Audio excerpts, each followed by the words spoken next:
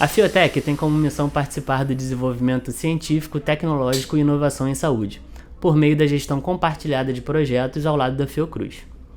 E uma das atividades da Fiotec é a interlocução com os financiadores que tornam possíveis esses projetos e programas.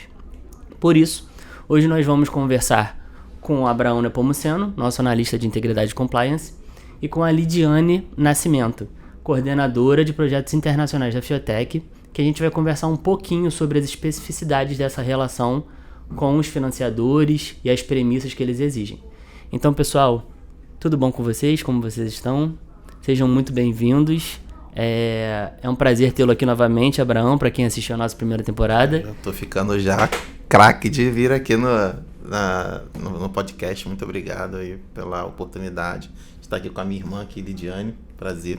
É imenso aqui a gente debater e falar um pouco sobre agentes financiadores, né, e do diligence.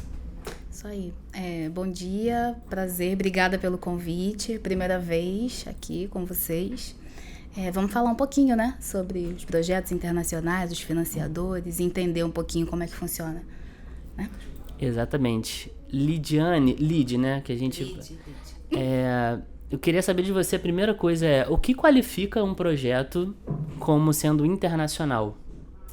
E com base nisso, como que funciona a dinâmica de trabalho de vocês, do núcleo de projetos internacionais aqui da Fiotec? Então, sobre a célula internacional, né? Hoje nós somos uma célula dentro da gerência de projetos que coordena todos os projetos internacionais da Fiotec. Sim. E o diferencial da célula é porque a gente acompanha os projetos nas 3 fases, né, de gerenciamento: iniciação, execução e prestação de contas. Para que um projeto seja classificado como internacional, além da relação contratual, né, da normativa contratual com o financiador, tem a questão de recebimento em moeda estrangeira. E, mais importante, a comunicação. Se a comunicação se dá, né, numa língua estrangeira, e em qualquer uma dessas 3 fases, ele é incorporado ao núcleo internacional de projetos.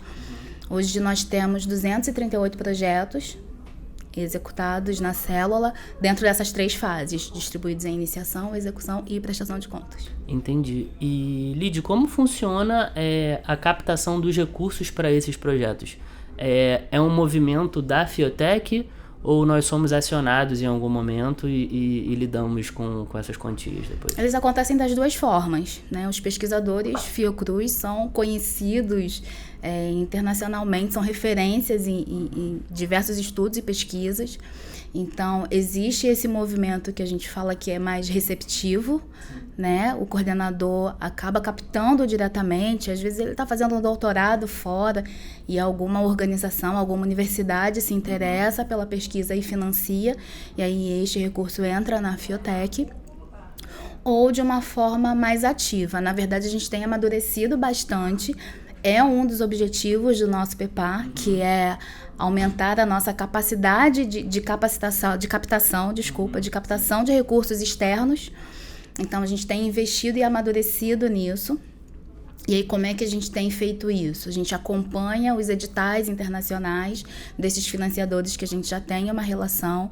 A gente identifica se a Fiocruz e a Fiotec estão aptas a participar desse edital e a gente divulga na comunidade Fiocruz, né? Às vezes a gente já conhece uma linha de pesquisa, a gente já direciona para algum pesquisador, ver se ele tem interesse, mas a gente está amadurecendo nessa questão de captação, né? E de divulgação, nessa busca mais ativa. E, Lid, deixa eu aproveitar para colocar o Abraão aqui na conversa. Muitos desses financiadores a gente sabe que tem premissas específicas e eles têm regras muitas vezes diferentes das que a gente vê aqui no Brasil, né? E aí entra uma questão que é até um termo estrangeiro, que é o due diligence. E eu queria perguntar do Abraão como que a nossa área aqui de compliance e integridade, em que momento que ela se envolve aí nessa negociação e nesse trato com os financiadores aqui internacionais?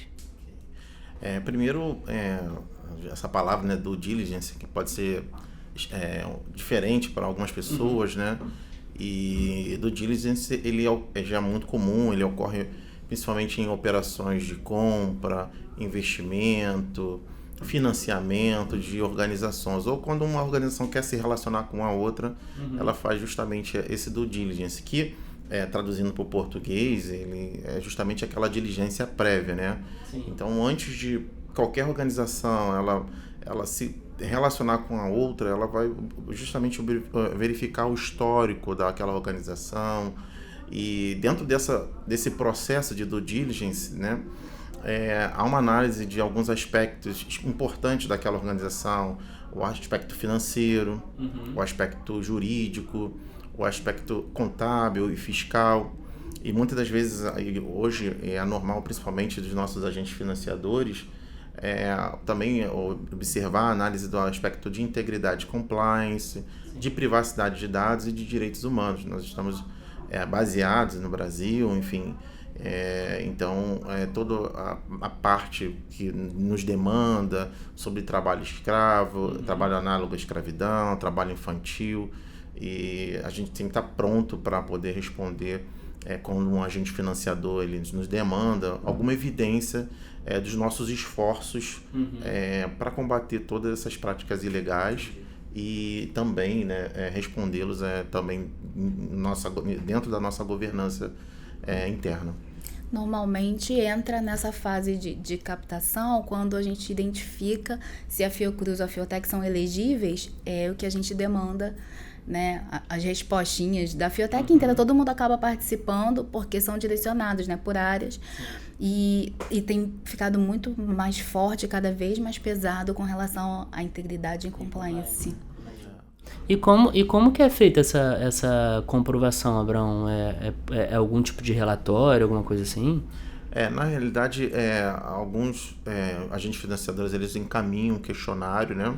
E dentro desse questionário, a gente, justamente porque envolve toda a organização, embora sempre passe ali pela gerência de integridade e compliance, porque é uma das responsáveis pelo programa de integridade e compliance, às vezes o questionário ele vai envolver toda a organização. Como eu falei, assim, há aspectos jurídicos, há aspectos também de direitos humanos, há aspectos da própria governança da Fiotec, então envolve toda a área.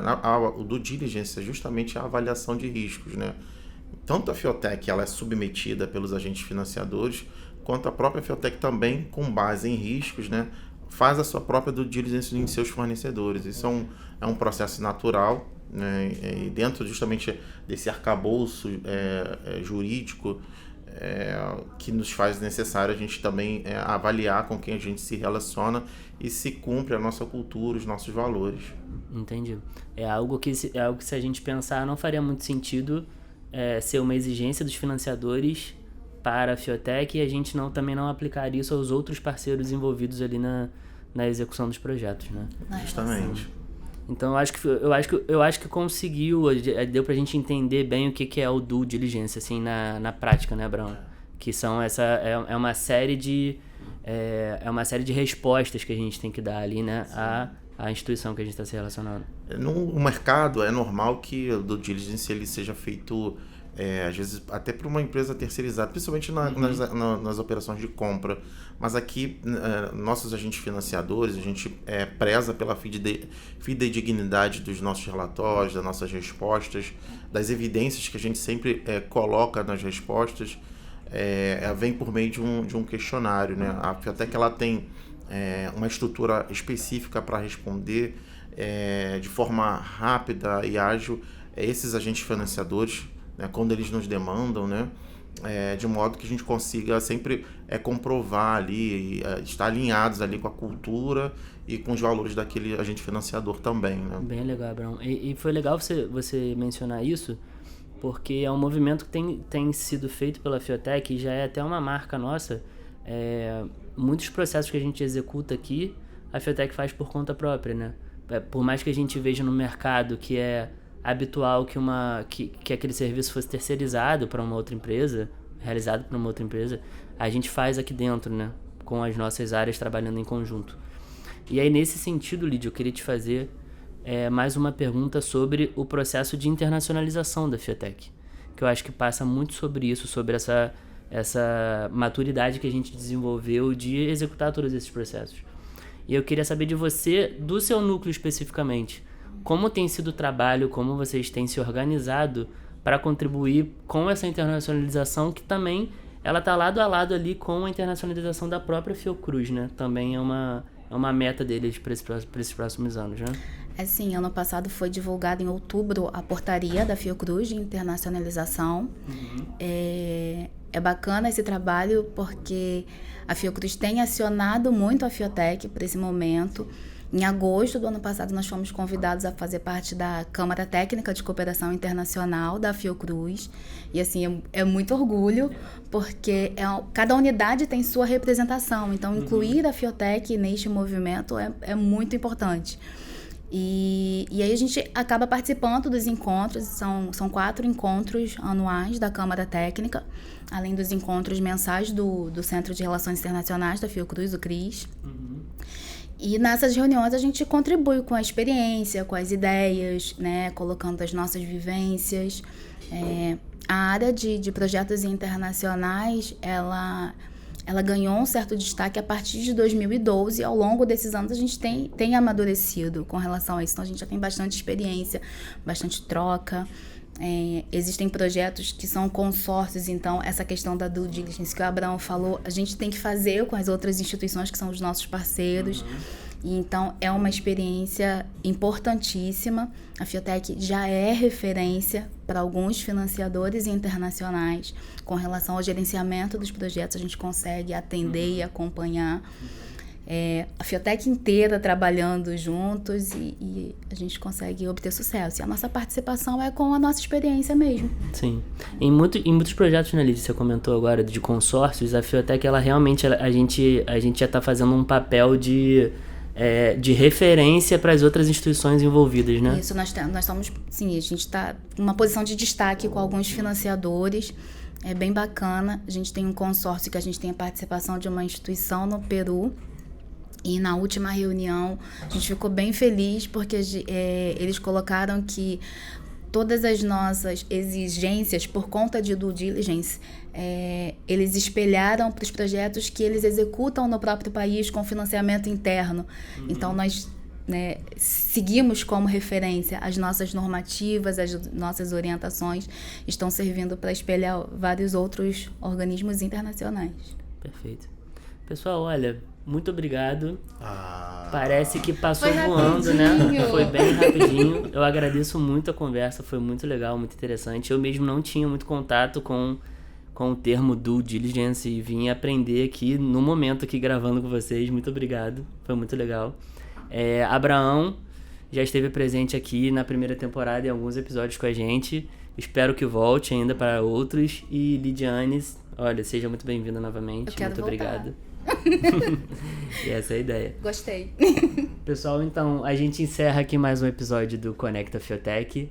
A gente está na 2ª temporada agora. Eu sou o Gustavo, da equipe de comunicação institucional da Fiotec. E hoje a gente discutiu aqui alguns assuntos muito importantes nesse movimento de internacionalização da nossa instituição, que acontece ali lado a lado com a Fiocruz, a nossa fundação apoiada. Então, muito obrigado por ter acompanhado e fique ligado nos próximos episódios. Até lá!